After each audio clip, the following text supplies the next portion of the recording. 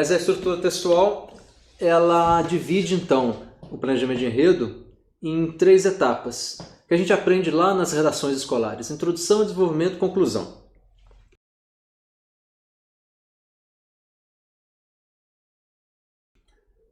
A base de uma narrativa: introdução, desenvolvimento, conclusão. Para um conto e para um livro, precisamos colocar alguns elementos ali dentro, né? E que elementos, então, o nosso método colocou ali, né? O método da estrutura textual, criado pelo professor Gilberto. Na introdução, nós vamos colocar a fase da contextualização. Você contextualiza a história, o ambiente, o cenário, descreve algumas questões da história para situar o leitor na narrativa.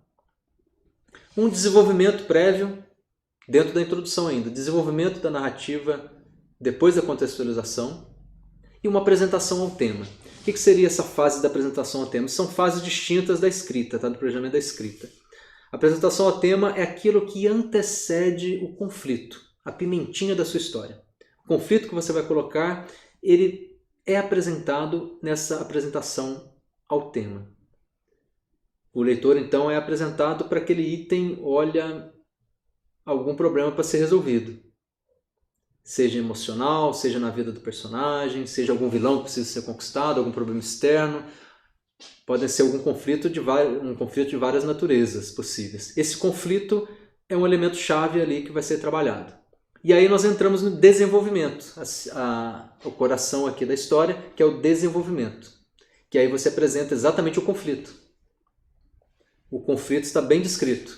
Descreve o conflito, descreve a etapa após o conflito, a esperança, que são aquelas ideias que o herói ou a personagem vai trabalhar para ver formas de resolver o conflito. Uma esperança na solução dos conflitos, dos problemas. Etapa de esperança. E aí depois da esperança você pode ter outros conflitos, novas esperanças, tal, se você estiver construindo uma história grande num livro, né? Mas voltando para o conto, ele vai ter basicamente o conflito principal, a esperança e o clímax. Em um conto a gente viu que é importante que tenha no máximo 1 ou 2 clímax, né? Um clímax já chega ali, depois da esperança é o clímax, é aquele momento de maior tensão da história, que o leitor fica empolgado, nossa, vai acontecer isso, né? O herói vai salvar a mocinha, a cavalaria vai chegar, e é o que mais vai acontecer. Lembra das músicas do cinema?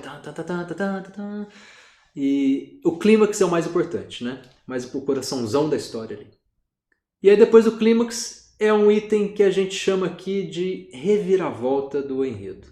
É para dar mais uma pimentinha na história, dizendo, olha, parece que tudo ia dar bem, o herói ia salvar a princesa, a cavalaria ia ganhar, ia dar tudo certo, a nave espacial ia resolver o problema lá no planeta. Ia dar tudo certo quando tem uma reviravolta. Dá tudo errado, né? Acontece, a gente chama de reviravolta, dá uma reviravolta. Não deu certo, o herói que estava ganhando começa a perder, e vai dar tudo. Aí o leitor, puxa vida, agora vai dar tudo errado, achei que estava tudo ganhando e ia dar tudo errado. Ou o contrário, de repente você tem um clima que ia dar tudo errado.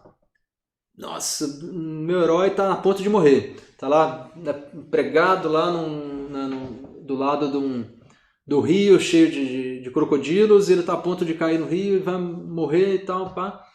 E é o clímax ali da situação, e aí tem uma reviravolta. E aí ele consegue se salvar, consegue se livrar e tal, e ganhar dos vilões, né? A reviravolta, então, é um ponto importante da estrutura do planejamento de enredo, da estrutura textual. Plot twist. Num conto, plot twist em inglês, né? Eu gosto mais das palavras aportuguesadas. Reviravolta de enredo ou torção de enredo.